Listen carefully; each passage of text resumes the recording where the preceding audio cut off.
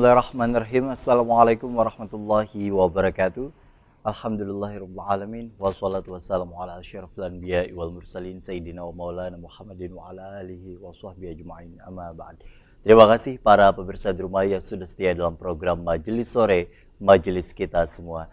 Dan pada kesempatan kali ini seperti biasa kita menghadirkan narasumber dari UIN Antasari Banjarmasin untuk membahas seputar kajian-kajian Islami yang hari ini sudah hadir bersama kami di sini.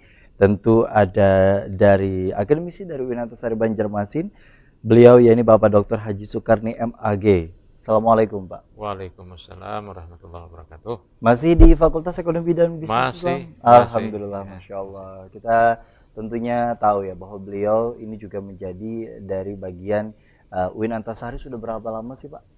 Kalau UIN itu resminya berdiri 2017. Kalau IAIN? Kalau IAIN mulai tahun 1964. Nah, kalau Bapak sendiri bergabung? Saya bergabung di IAIN Antasari itu tahun 2000, kalau tidak salah itu 2001 saya. 2001, artinya 22 tahun sudah Ya, mengabdi 2001 bersama dengan UIN Antasari Banjarmasin. Masya Allah. Dan tentunya hari ini menarik sekali tema yang menjadi bahasan kita seputar tasawuf lingkungan. Sebelum kita bahas seputar tema tersebut, tentunya kita tahu bahwa lingkungan hari ini kian banyak isu-isu yang tentu membuat kita semakin khawatir atau kemudian juga semakin membuat kita gelisah dengan kondisi alam yang sering kali tidak menentu. Kalau dulu mungkin kita masih memiliki pegangan karena akan ada perakiraan cuaca dan lain sebagainya, karena betul-betul dapat diprediksi terkait dengan kondisi alam, baik itu musim panas maupun musim hujan yang menjadi dua musim ada di Indonesia. Tapi dengan kondisi hari ini, bisa saja di musim panas turunnya hujan, bisa saja musim hujan yang harusnya hujan tapi memang kita dilanda kepanasan hingga kekeringan seperti pada masa-masa beberapa bulan kali ini kan juga cukup menjadi hal yang menyulitkan bagi kita semua, bagi sebagian warga, terutama terkait dengan ketersediaan air bersih dan lain sebagainya. Untuk itu kita mau mendengarkan terlebih dahulu sebagai pembuka dalam tema kita hari ini terkait dengan tasawuf lingkungan. Kalau boleh diinformasikan seperti apa terkait dengan tema hari ini, Pak? Ya, Assalamualaikum warahmatullahi wabarakatuh. Waalaikumsalam. Para pemirsa Duta TV, Inspirasi Banua yang dirahmati Allah. Alhamdulillah kita ketemu lagi bincang-bincang tentang keislaman yang tema selalu saya angkat dalam pertemuan kita ini adalah tentang lingkungan hidup dalam perspektif agama Islam. Salah satu bahasan dalam lingkungan terkait dengan agama itu adalah tasawuf lingkungan ya, atau ekosofi. Jadi tasawuf lingkungan itu adalah bagaimana ilmu tasawuf melihat alam semesta itu terkait dengan apresiasi, dengan restorasi terhadap lingkungan, konservasi juga terhadap lingkungan. Nah, kita memahami bahwa ilmu tasawuf adalah ilmu yang membahas tentang hubungan yang sangat dekat antara manusia dengan Tuhan. Bagaimana manusia dapat menghubungkan dirinya, bahkan merasa sangat dekat hingga bersatu dengan Tuhan. Dan itu memiliki logika-logika sofistik ya di dalam dalil, dalam Al-Quran, dan juga dalam hadis-hadis Nabi. Konsep ini tentu saja bisa dibawa ke dalam apresiasi, konservasi, dan restorasi terhadap lingkungan hidup. Jadi misalnya begini, tasawuf misalnya melihat bahwa alam itu merupakan tajallinya Tuhan. Alam itu adalah tajalli Tuhan. Apa itu tajalli? Tajalli itu artinya tempat di mana Tuhan bisa dilihat dengan mata hati manusia. Itu bisa kita lihat misalnya di dalam Al-Quran ada ayat yang berbunyi Ainama tuwallu fasamma wajhullah. Kemanapun engkau menghadap, di situ engkau melihat wajah Allah ya.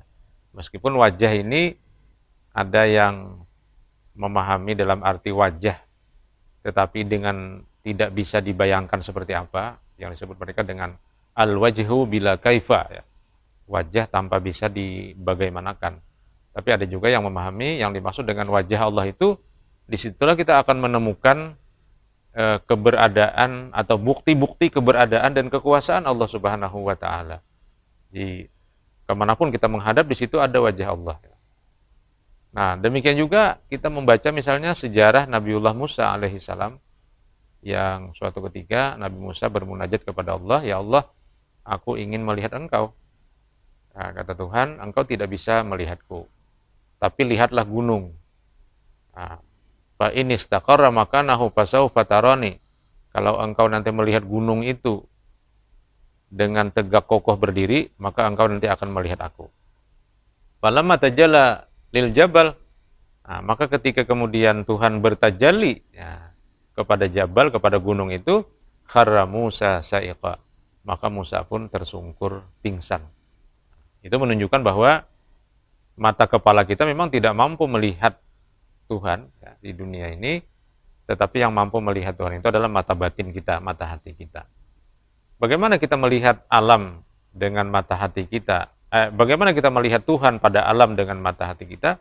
Tidak lain kita melihat bahwa alam ini adalah ciptaan Allah Subhanahu wa taala, sehingga alam itu indah, alam itu sejuk, ya, alam itu bersahabat dengan manusia.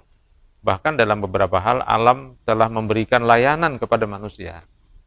Nah, bayangkan misalnya ikan yang hidup di dalam air, ya, binatang yang hidup di hutan, ya, kemudian juga burung-burung yang terbang di udara, semuanya pada hal-hal tertentu kan bisa kemudian kita ambil, kita tangkap, ya, untuk menjadi makanan kita. Itu menunjukkan bahwa Tuhan menciptakan alam yang indah itu untuk kepentingan manusia, dan tentu manusia harus membayar, ya, harus membayar bagaimana kebaikan alam itu diciptakan oleh Tuhan untuk manusia. Bagaimana manusia membayarnya?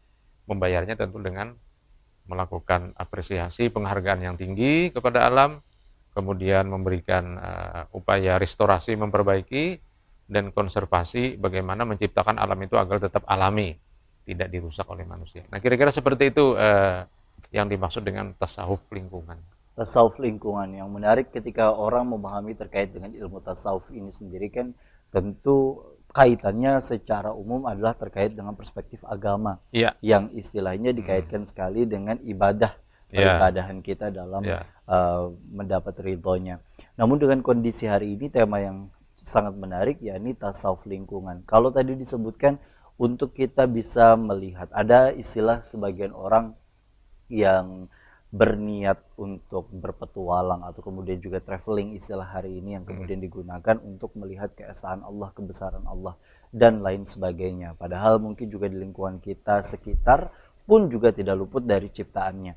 Nah, dengan kondisi seperti itu sebenarnya sejauh mana kita melatih mata batin kita agar mungkin tidak perlu kita harus jauh-jauh melangkah dengan berbagai peluang yang mungkin tidak semua orang bisa dapat itu semua agar bisa mungkin keliling jalan-jalan dan sebagainya, tapi kita tetap bisa meyakini dan kemudian juga melatih mata batin, mata hati kita untuk tetap melihat segala daun yang jatuh, pohon yang tumbuh, lalu kemudian juga unggas dan lain sebagainya yang kemudian juga hidup secara berdampingan. Ini bisa menjadi bagian dan bahan referensi untuk agar kita keimanan ini tetap bertambah dan subur di dalam diri kita, begitu Pak. Ya.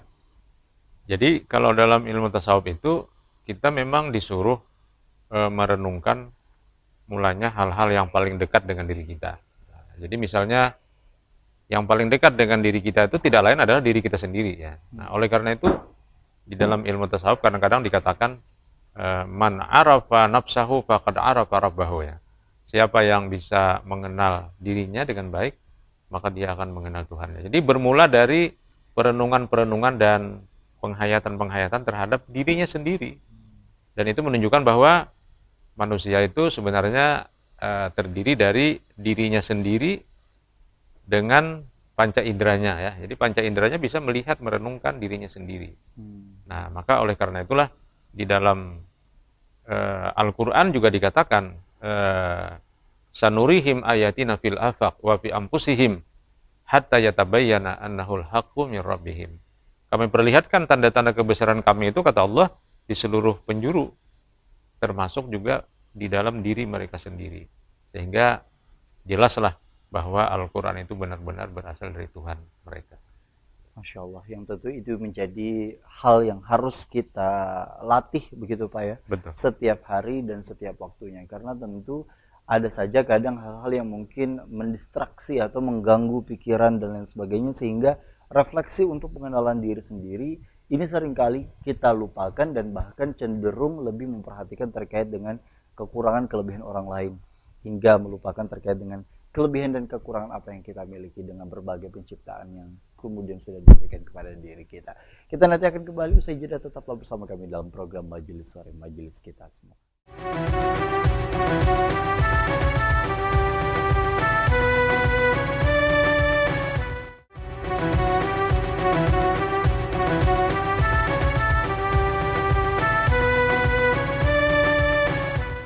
Terima kasih Anda masih bersama kami dalam program Majelis Sore, Majelis Kita Semua. Tasawuf lingkungan yang menjadi ilmu dan tema yang hari ini akan kita pelajari bersama. Mengenali diri sendiri tampaknya menjadi langkah awal ketika kita ingin mengesahkan Tuhan. Ternyata dengan lingkungan yang ada di sekitar dan sekeliling kita bisa menjadi refleksi untuk kita bisa renungkan sejauh mana kedekatan diri kita dengan alam. Padahal banyak aksi maupun giat-giat yang sudah dilakukan seringkali kita begitu abai karena itu dianggap bagian dari aktivitas oleh para aktivis saja atau sebagian dari para aktivis saja. Namun dengan kondisi hari ini tentu kita harus mempelajari sejauh mana sebenarnya pengelolaan alam yang merefleksikan tentang ketuhanan dan keesaan Tuhan itu sendiri, lalu kemudian sejauh mana pengenalan dari dalam diri. Pengenalan dari dalam diri ini sendiri kan Pak seringkali kita maknai secara fisiologis, Ya. dalam hal bentuk tubuh, bentuk fisik, bentuk wajah dan lain sebagainya. Sehingga fokus kita hari ini apalagi dengan hadirnya berbagai macam treatment dan lain sebagainya yang hari ini juga orang berlomba-lomba untuk mengubah tampilan secara fisik atau fisiologisnya, ini kan artinya bentuk dari hal-hal yang mungkin pengenalan dari tampak luar. Ada juga orang yang kemudian juga mengungkapkan bahwa terjebak di dalam situasi yang sebenarnya tidak ada di dalam dirinya. Nah, dengan kondisi seperti itu, langkah awal sebenarnya untuk kita bisa mengenali lingkungan yang ada di keluarga kita, yang ada di dalam diri kita, itu seperti apa? Selain dengan merenung dan berpikir atau berdiam itu tadi. Ya, jadi kan tema inti dari tasawuf itu adalah hubungan yang akrab antara manusia dengan Tuhan. Antara manusia dengan Tuhan, karena di dalam diri manusia itu ada unsur lahud namanya, unsur ketuhanan. Dan itu disebut di dalam Al-Quran misalnya juga roh ya. Wa nafakhtu fihi min rohi, kutiupkan kata Allah kepada manusia itu, kepada Adam itu dari rohku. Ya. Nah jadi ada wilayah-wilayah yang tersambung antara diri manusia dengan Tuhan. Nah, tapi karena Tuhan itu tidak bisa ditangkap dengan panca indera lahir, maka kemudian Tuhan menciptakan panca indera batin kan. Nah, maka di dalam diri setiap manusia itu ada akal pikiran, kemudian ada perasaan, ya. Ada perasaan yang dalam, yang halus, yang dari kalbu. Ada keinginan-keinginan yang tidak tampak untuk senantiasa dekat dengan Tuhan. Ada kerinduan orang kepada Tuhan ya, jangan pun manusia yang seperti kita. Manusia yang dalam sejarah mengaku sebagai Tuhan seperti Firaun. Ya. Akhirnya pada saat-saat mereka dia berserta anak buahnya terdesak di lautan kan, mereka juga mengatakan amantu bi Rabbi Musa wa Harun. Saya percaya dengan Tuhan Musa dan Harun. Jadi artinya bahwa di dalam diri manusia itu sudah terpatri semacam chip ya, semacam software ketuhanan yang disebut dalam istilah Ari Ginanjar itu dengan God spot ya, titik Tuhan ya. Nah, lalu kemudian Tuhan mengajarkan karena kita memiliki potensi ketuhanan di dalam setiap manusia, maka manusia kemudian untuk benar-benar dekat dengan Tuhan itu dia harus mengeksplorasi lingkungannya. Nah, di sini dia. Nah, lingkungan yang dieksplorasi itu yang paling pertama tentu tadi adalah dirinya sendiri. Ya, seperti dalam ayat tadi, sanurihim ayatina fil afaq wa fi anfusihim hatta yatabayyana annahul haqqu min rabbihim. Kami perlihatkan tanda-tanda kebesaran kami di seluruh penjuru, bahkan juga ada pada dalam diri mereka sendiri. Nah, apa itu yang dimaksud dengan diri mereka sendiri itu tidak lain adalah pertama tentu aspek fisiologis tadi, bahwa diri kita ini dari segi posturnya kan ya, ada mata, ada Ya. telinga dan sebagainya, ada kepala, kemudian ada tangan, kemudian ada sistem metabolisme yang sangat canggih. Ya. Kita makan, kita minum, kemudian makan dan minum itu diproses oleh sistem pabrik metabolisme kita, kemudian diekstrak, maka sarinya masuk ke dalam darah, darah kemudian mengirim ke seluruh saraf kita untuk diberi makan, sehingga kita hidup, dan sisanya kita keluarkan melalui jalan belakang dan seterusnya ya. Jadi secara fisiologis saja mungkin belum ada manusia yang bisa menciptakan ya, model-model kecanggihan yang ada dalam diri kita. Nah, belum lagi kalau kita bicara psikologisnya, kejiwaannya. Itu tadi manusia punya perasaan ya. Mungkin kalau kita membaca bukunya Yuval Noah Harari ya, yang berjudul Homo Deus ya. Homo Deus itu maksudnya manusia dewa. Di situ dia menggambarkan bahwa ke depan manusia itu mungkin akan mampu melawan penyakit karena mereka mampu menemukan obat sehingga tingkat kematian karena sakit menjadi berkurang. Manusia juga bisa melahirkan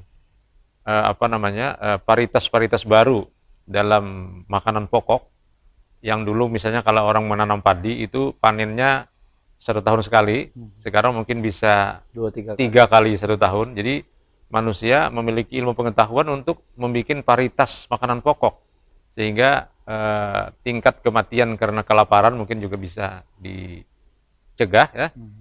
Ya, kemudian manusia cenderung sudah berlaku damai di seluruh dunia, kecuali sekarang karena ada perang lagi ya.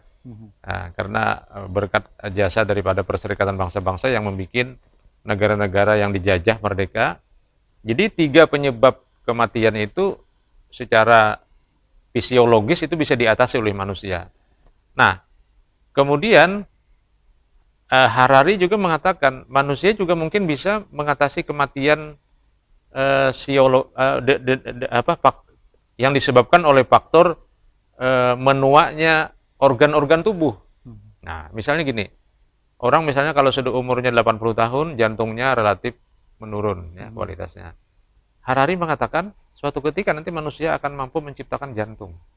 Jantung yang bisa dibeli di pasar dengan harga terjangkau. Mungkin ginjal juga rusak sebagai saringan di dalam tubuh kita juga bisa diganti dan sebagainya. Nah, tapi itu tentu apa yang dikatakan oleh buku Homo Deus itu tidak mampu mereka menciptakan apa yang disebut dengan kesadaran. Artinya yang namanya kesadaran, aspek psikologis manusia, itu tidak bisa diciptakan sampai sekarang ini. Misalnya robot. Robot itu mungkin akan melayani kita di kafe, membawakan secangkir kopi kan. Apapun Kemudian, yang bersifat sikapnya fisik. sifatnya fisik itu bisa tergantikan. Tapi yang bersifatnya psikologis seperti perasaan, seperti simpati, empati, nah itu tidak bisa tergantikan. Nah, dengan menghayati hal-hal seperti itu yang ada pada diri kita masing-masing, itu kita sudah bisa membayangkan betapa canggihnya Tuhan yang menciptakan diri kita ini. Ini belum kita keluar dari diri kita, belum kita melihat bagaimana sarang laba-laba, bagaimana sarang semut, ya, bagaimana komunitas lebah dan seterusnya. Nah, itu pasti akan lebih dahsyat lagi, di mana kita akhirnya akan mengatakan, ma khalaqta hadza batila. Ya Allah, semua ini tidak pernah kau ciptakan dengan sia-sia. Maka dia endingnya nanti kita harus mengelola, menghormati, menjaga alam ini, dan kalau tidak, ya mungkin yang seperti sekarang terjadi, suhu bumi naik Ya. sejak era industri abad ke-18, itu dalam penelitian sudah naik kira-kira 1,5 derajat. Nah, para ahli lingkungan mengatakan kalau naiknya lagi setelah ini sampai 1 derajat saja, itu mungkin bumi akan kering. Nah, dan mungkin akan terjadi El Nino berkepanjangan. Dan di tahun ini pun kita sudah merasakan Betul. ketidakstabilan ketidakstabilan iklim yang menyebabkan banyaknya gagal panen di berbagai dan bagaimana juga penyakit banyak muncul di tengah kehidupan masyarakat.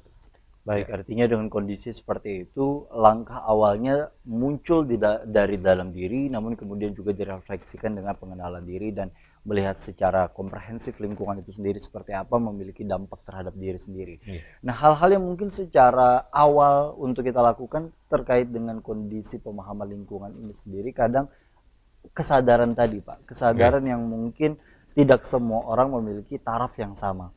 Istilahnya kalau di dalam skala kan ada saja 1 sampai 10 mungkin orang yang berlaku kepada alam di angka 9, tapi ada saja yang di nomor 1 bahkan mungkin di angka 0. Nah, Ya, dengan kondisi seperti ini, hal apa yang mungkin bisa kita lakukan secara mandiri, secara langsung tanpa harus kemudian juga menumbuhkan refleksi yang secara umum betul-betul memerlukan pembenahan besar-besaran dari dalam diri, tapi mungkin skala kecil tersebut memiliki dampak pengaruh besar terhadap peningkatan skala-skala kesadaran kita terkait dengan kecintaan akan lingkungan.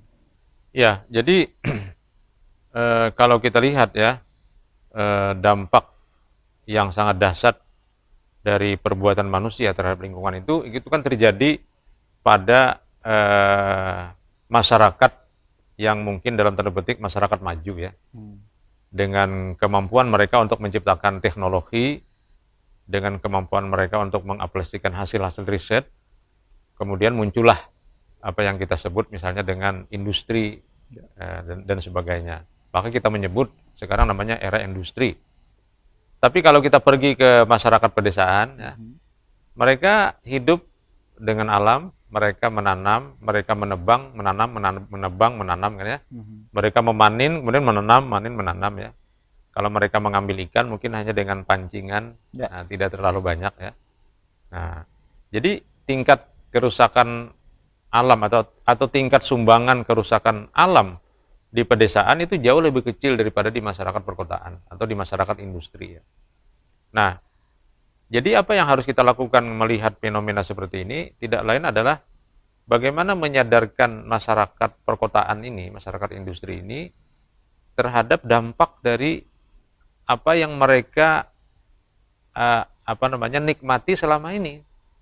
Jadi dalam istilah para ahli ekologi itu kan kita ini sedang tidur nyenyak di atas gunung yang panas kan ya. Nah, seakan-akan seperti itu kan.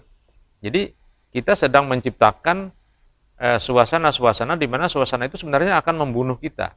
Itulah yang mereka sebut dengan ekosida. Jadi ekosida itu artinya bunuh diri lingkungan. Jadi pada satu sisi kita ingin hidup lebih lama, lebih sehat, tapi pada sisi yang lain kita sedang merusak alam. Nah, mungkin manusia baru sadar nanti kalau katakanlah terjadi kiamat kecil gitu ya. Mungkin suatu ketika akan terjadi bencana akibat yang disebabkan oleh akibat dari perubahan iklim ini. Katakanlah misalnya kalau cuaca ini tidak bersahabat 2 tahun saja, saya kira gagal panen itu 2 tahun saja merata di seluruh wilayah agraris, itu manusia betul-betul akan merasakan bagaimana dampak dari perubahan iklim itu.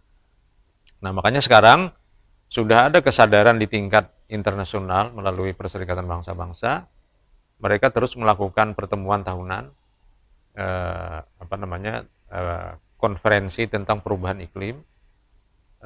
Itu salah satu rekomendasinya adalah kita harus berjuang untuk kembali ke dapur nenek istilahnya. Nah, jadi kembali ke dapur nenek itu artinya ya kita akan hidup bersahaja, mungkin tanpa harus menggunakan batu bara, tanpa menggunakan minyak, tanpa menggunakan gas, tapi mungkin kita akan menggunakan kayu bakar dan dapur negara lagi ya, seperti masa-masa yang lalu.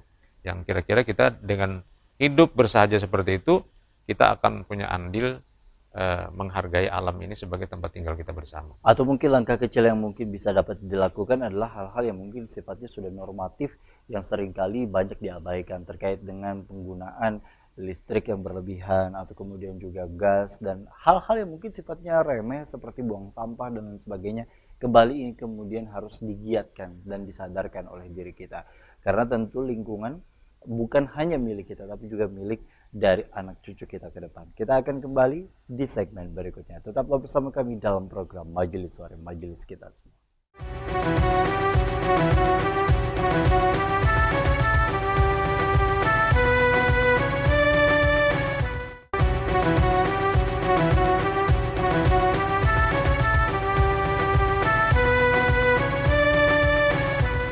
Inovasi bersama kami dalam program Majelis Sore, Majelis Kita Semua. Pengelolaan lingkungan, pengelolaan dan pelestariannya menjadi PR dan tugas kita bersama. Seringkali masyarakat juga sudah begitu semangatnya dalam menjaga lingkungan, akan tetapi di sebagian tempat yang lain banyak juga kemudian oknum dari masyarakat, oknum dari kita semua yang juga memanfaatkan lingkungan tanpa merasa bersalah dan merasa bertanggung jawab untuk kembali dan memulihkan terkait dengan kondisi lingkungan yang sudah semestinya harus dikembalikan karena keperluan industri maupun juga bisnis yang dilakukan.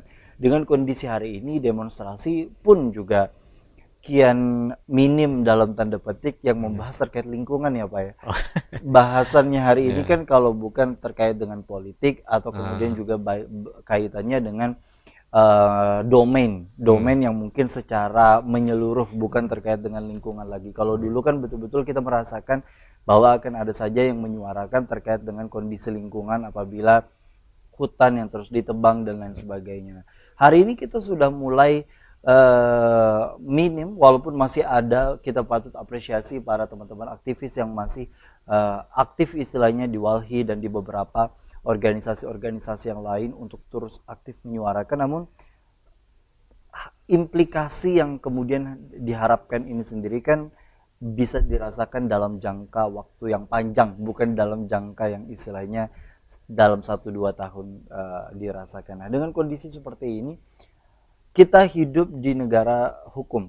Hal apa yang mungkin dapat kita harapkan dari pemerintahan yang ke depan istilahnya? Ini kan masih dalam proses mencari tahu siapa yang akan menjadi yang paling cocok untuk memimpin sebuah negara, daerah, provinsi dan lain sebagainya. Poin apa yang mungkin perlu juga kita perhatikan agar terkait dengan isu lingkungan ini bisa menjadi poin untuk saya kira agama itu harus kita mainkan ya sebagai faktor yang sangat strategis dalam rangka membangun kesadaran berlingkungan ini. Makanya tadi kalau tema-tema dialog kita di sini, saya sering menyebut misalnya ada fikih lingkungan, ya, ada tauhid lingkungan, hari ini tasawuf lingkungan. Jadi baik fikih yang banyak berbicara tentang hukum, tauhid yang berbicara tentang ketuhanan, tasawuf yang berbicara tentang keakraban. Nah, itu saya kira harus kita pakai, harus kita mainkan sebagai modal, terutama para ulama, para ustadz, para khatib, ya, untuk menyuarakan ini di tengah masyarakat yang sekarang sedang menuju ekosida tadi. Nah, misalnya kecenderungan penggunaan bahan bakar minyak untuk kendaraan misalnya kan, sekarang ini kan tidak berkurang ya. Para penjual kendaraan itu katanya satu hari bisa sampai 10, 20, satu dialir itu sampai 20 kendaraan satu hari, bayangkan misalnya. Berarti kalau dalam sebulan 30 kali 2, 600 buah. Kalau ada 10 dialir saja dalam satu kabupaten kota, berarti sudah ada 600 kendaraan. 600 kendaraan berjalan di tengah jalan raya, mengeluarkan emisi gas CO2 yang kemudian naik ke atas, sampai ke atas dia terperangkap, sampai terperangkap di atas itu membuat semacam rumah kaca kan. Nah, maka cahaya matahari yang masuk ke bumi, dia mestinya hilang keluar lagi, ternyata terperangkap. Nah, menyebabkan kemudian suhu bumi naik. Yang diperkirakan tadi dalam hitungan ahli-ahli ekologi, sejak abad ke-18 sampai sekarang itu sudah naik 1,5%. Nah, ini harus disadarkan kepada semua kita. Artinya kita ini kalau misalnya ada perjalanan yang kira-kira misalnya hanya 500 meter dan sebagainya, ya kita mungkin naik sepeda atau jalan kaki. Itu mungkin kita sudah menyumbang ya. Yang kedua, kita menanam tanaman di tanah masing-masing, sepohon tanaman yang berwarna hijau, itu mungkin sudah bisa menyumbang oksigen bersih ya untuk kehidupan lingkungannya. Nah, jadi ini harus kita lakukan dari hal-hal yang sangat kecil, yang sederhana, tapi sifatnya terus-menerus kontinu. Dan ini harus dipublish oleh para ulama, para ustadz, para kiai sebagai sebuah jihad lingkungan. Jadi berjihad itu bukan hanya mengangkat senjata pergi ke medan perang ya, tetapi berjihad itu bekerja sungguh-sungguh serius dalam rangka untuk memberikan sumbangan kebaikan dan keselamatan bagi umat manusia, termasuk dalam soal lingkungan hidup. Jadi dalam bidang apa saja sebenarnya kemudian kita dapat Ya, berjihad mendapatkan begitu. pahala jihad fisabilillah. Ya, Mendapatkan jihad ya, fisabilillah yang gitu. tentunya juga kita harapkan bersama itu bisa kita dapatkan di luar dari memang konteks peribadahan yang seringkali menjadi fokus kita, Ya, terutama dalam ketika membahas sebuah agama. oke. Nah, dengan kondisi seperti hari ini, Pak, apa yang menjadi tindakan yang mungkin harusnya kita lakukan terkait dengan isu-isu sosial yang hari ini istilahnya begitu banyak masyarakat dengan mudahnya untuk merusak lingkungan, apalagi yang terakhir kan sampai kepada tahapan di mana terbakarnya sebuah gunung istilahnya hanya untuk dilakukan foto dokumentasi dan lain sebagainya, walaupun Hmm. pada faktanya hari ini kemudian juga sudah diinformasikan terbaru sudah mulai tumbuh kembali, hijau kembali ibaratnya dengan kondisi seperti itu. Hal apa sebenarnya yang mungkin harus kita lakukan agar masyarakat kita jangan abai dengan kehadiran sebuah keindahan alam yang ditawarkan, tapi di satu sisi juga mampu mengelolanya dengan baik, karena kan seringkali juga pemandangan yang indah dijadikan sebuah objek wisata begitu. Ya, Nah, hal apa yang mungkin kita dapat refleksikan, di satu sisi kita ingin tetap menikmatinya sebagai tempat wisata yang mungkin bisa dinikmati secara utuh, tapi di satu sisi juga kita sebagai umat manusia ini sendiri memahami untuk refleksi, bukan untuk hanya sebatas latar belakang foto gitu, Pak. ya. Jadi memang kecenderungan generasi Z ya, itu melihat alam itu kecenderungannya kan dieksploitasi, minimal mengeksploitasinya melalui foto kan. Hmm. Nah, ada buku kan yang judulnya itu Sacred Nature. Sacred Nature itu ditulis oleh Karen Armstrong. Dia menjelaskan bahwa seluruh agama di dunia itu memiliki ajaran tentang kesucian alam, termasuk agama Islam. Nah, di situ dia menilai bahwa memang kecenderungan masyarakat modern ketika dia melihat pemandangan yang indah, dia ngambil kamera kan, langsung difoto, fotonya kemudian diedit menjadi latar belakang dia berada, kemudian di-share untuk memperbarui statusnya setiap hari dan seterusnya. Nah, semestinya kata beliau, dan itulah merupakan ajaran agama, kita kalau melihat alam itu akan bertadabbur ya. Bertadabbur itu merenung betapa besar dan kuasa dan indahnya Tuhan yang menciptakan ini. Nah, jadi alih-alih artinya bertadabbur, tapi justru manusia modern itu Sibuk berfoto. sibuk berfoto, dan berfoto mengambil objek itu merupakan bagian dari dalam tanda petik eksploitasi. Artinya dia melihat ini adalah sesuatu yang dapat dalam tanda petik dijual ya. Nah, ini sesuatu yang dapat dijual sebagai sebuah harga bagi pemandangan yang melatar belakangi dirinya sendiri misalnya. Jadi kecenderungannya dia menguasai, mengeksploitasi, dan tidak berpikir untuk bagaimana kita melestarikan, merawat agar hutan itu tetap hijau, tidak terbakar dan seterusnya. Seringkali kan banyak juga yang kemudian juga kita lihat bahwa tidak bisa mengontrolnya karena mungkin untuk mengabadikan, untuk mendokumentasikan dengan keindahan alam yang supaya istilahnya bisa dilihat kembali dan kemudian juga harapannya bisa dikunjungi kembali. Tapi dengan kondisi seperti itu mungkin langkah awal ketika kita ingin memulai dan membiasakan itu, Pak. Karena kan foto mungkin bisa saja dan sah-sah saja sebenarnya, tapi langkah awal ketika kita melihat pemandangan untuk bisa bertadabur itu apa sebenarnya? Iya, nah itu tadi. Jadi harus ada kesadaran teologis memang, kesadaran tauhid. Ya. Itu yang dulu pernah kita bahas, judulnya Iko Tauhid kan, teologi lingkungan. Jadi dalam teologi lingkungan itu diajarkan bahwa ketika kita melihat sesuatu, itu kita tidak hanya melihat pada fakta realitasnya saja, tapi kita harus mampu menembus apa yang kita lihat itu, apa yang ada di balik dari alam itu. Nah, apa yang ada di balik alam itu kan bagi kita orang beriman tidak ada kecuali Tuhan. Nah, maka bertadabur itu adalah meresapi dan menghayati keberadaan Tuhan pada alam. Hmm. Itu yang harus kita lakukan. Dengan hadirnya dan tumbuhnya pohon Ya, dan jatuhnya daun gitu iya. Pak ya. Ah, Itu kan seringkali membuat healing, stres dan lain sebagainya ini juga ah, ah. kian berkembang. Dan mungkin itu Iya, bisa jadi sebagai salah satu ilmu yang bisa diajarkan kepada anak-anak ya Pak ya. betul. Bukan Mm, hanya mempelajari terkait dengan objek dengan nama-namanya, ya, tapi juga disebutkan siapa yang menciptakannya. betul. Ya. Itu yang menjadi kuncinya. Kita kembali usai jeda, tetaplah bersama kami dalam program Majelis Sore. Majelis kita semua.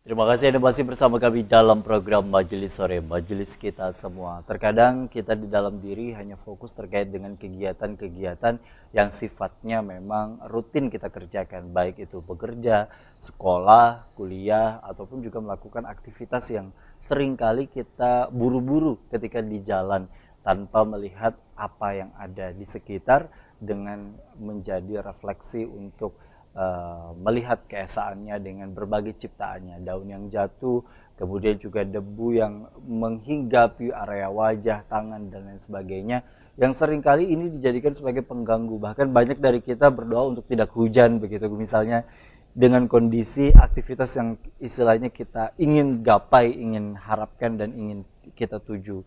Nah, dengan kondisi seperti itu, hal apa yang kemudian menyeret kita kembali ke God spot itu tadi Pak, untuk bisa eh, kita berada tetap di jalurnya, tetap berada melihat segala sesuatunya itu merupakan bagian dari keesaannya dan menilik kepada diri kita betapa kecilnya sebagai bentuk hamba yang tidak ada hal apa-apanya. Ya. Jadi tadi kalau kita kembali kepada ajaran agama, ternyata di dalam agama manapun ya, agama Hindu, agama Buddha, agama Kristen, Katolik ya, Nasrani dan seterusnya, apalagi Islam sebagai agama terakhir, banyak ajaran, banyak ayat dan hadis Nabi yang menjelaskan bahwa manusia dengan alam, dengan Tuhan itu merupakan segitiga yang tidak putus ya. Jadi di atas itu Tuhan, manusia dan alamnya. Jadi manusia beribadah kepada Tuhan, Tuhan menciptakan alam, alam disuruh Tuhan untuk melayani manusia, manusia harus bersikap baik dan hormat kepada alam. Ini segitiga ini terus harus kita pahami sebagai sebuah ajaran yang atau siklus yang tidak pernah putus. Nah, maka keterputusan manusia dari segitiga ini itu akan menyebabkan hilangnya kesadaran manusia terhadap kesucian alam ini. Dan kalau sudah manusia kehilangan persepsinya tentang kesucian alam sebagai tajalli Tuhan, maka nanti kecenderungannya manusia akan melakukan eksploitasi terhadap alam. Nah, eksploitasi terhadap alam itu puncaknya adalah bunuh diri lingkungan. Artinya ketika kita mengeruk gunung dan kemudian gunung itu akan tidak seimbang, lalu turun hujan yang deras, kemudian dia akan membawa banjir dan longsor, yang akan diterjangnya adalah orang yang menambang tadi. Nah, jadi itulah yang disebut dengan bunuh diri lingkungan. Bolehlah misalnya orang orang kaya tinggal di sebuah kota, tapi pekerja-pekerja yang menguruk gunung tinggal di kaki gunung, kemudian gunungnya runtuh, dia mati kan. Tapi dengan matinya para pengeruk kekayaan gunung ini, kan juga akan mematikan ekonominya yang ada di kota kan. Ya. Nah, jadi sebenarnya apalagi di dalam semangat globalisasi di mana alam ini merupakan atau bumi ini merupakan suatu desa yang sangat kecil ya.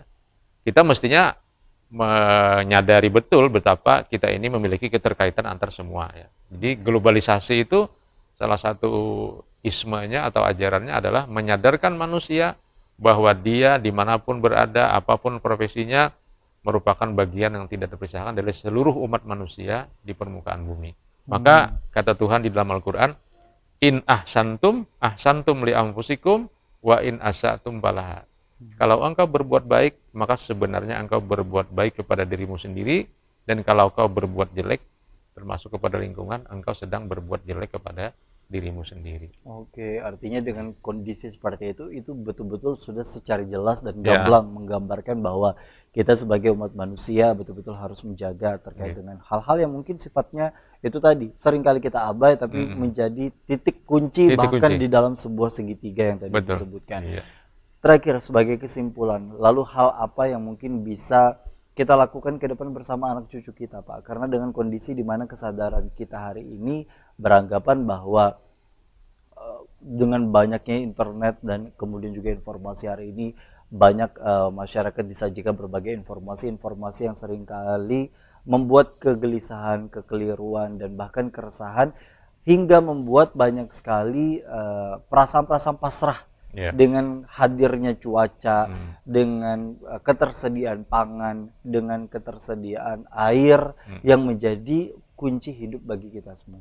Ya, Al-Quran kan menyatakan misalnya zaharal fasadu fil barri wal bahri bima kasabat aydin nas, telah nampak kerusakan baik di darat atau di laut akibat dari olah tangan manusia. Oleh karena itu Al-Quran misalnya tidak membicarakan tentang kapan kiamat kan ya. Tetapi Al-Quran membicarakan prosesi kiamat. Ini menarik saya kira. Jadi seakan-akan kiamat itu sebenarnya akibat manusia juga. Oleh karena itu kalau manusia di permukaan bumi ini hidup dengan baik terhadap lingkungannya, insya Allah kiamat mungkin akan lebih lambat. Tapi kalau manusia ceroboh, tidak mengelola lingkungan ini dengan baik, mungkin kiamat akan lebih cepat. Maka oleh karena itu, kapan terjadi kiamat, Nabi dan Al-Quran tidak menjelaskan. Tapi proses terjadinya kiamat, banyak ayat yang menjelaskan. Itu saya kira, kalau manusia menerbangkan senjata nuklirnya, kiamat kan, atau manusia ceroboh sekali, sehingga menyebabkan bumi ini suhunya naik 1,5 derajat misalnya 20-30 tahun ke depan, maka bisa jadi bumi ini akan hancur. Dan itu yang kita tidak harapkan. Kita tidak harapkan. Ya. Untuk itu gerakan-gerakan semacam cinta lingkungan, peduli lingkungan harus diwariskan. Harus diwariskan dari generasi tua kepada anak-anak, bagaimana agar lingkungan ini menjadi lebih sejuk, lebih nyaman, dan mereka disadarkan bahwa mereka berbuat baik di bumi ini itu untuk mereka, bukan untuk Tuhan dan bukan untuk yang lain. Betul, dan itu yang menjadi istilah kalau dari Pak Soekarno sendiri akan mendapatkan pahala ekologis. Pahala ekologis. Pahala ekologis yang seringkali kita sebutkan bahwa menjadi apapun yang mungkin bisa menjadi hal kecil dan terlihat istilahnya sangat sederhana namun bernilai sebuah pahala ketika kita melakukannya secara penuh dengan kesadaran dan ketelitian dan konsistensi yang mungkin harus diajarkan kepada anak-anak kita untuk tetap bersama-sama menjaga dan melestarikan lingkungan. Tentunya kami ucapkan terima kasih. Semoga tayangan ini bisa menjadi tuntunan bukan hanya menjadi tontonan bagi para pemirsa Duta TV dimanapun Anda berada. Akhirnya saya Gusti Muhammad Hermawan dengan Pak Dr. Soekarno mengucapkan terima kasih atas perhatian dan kebersamaannya. Wassalamualaikum warahmatullahi wabarakatuh.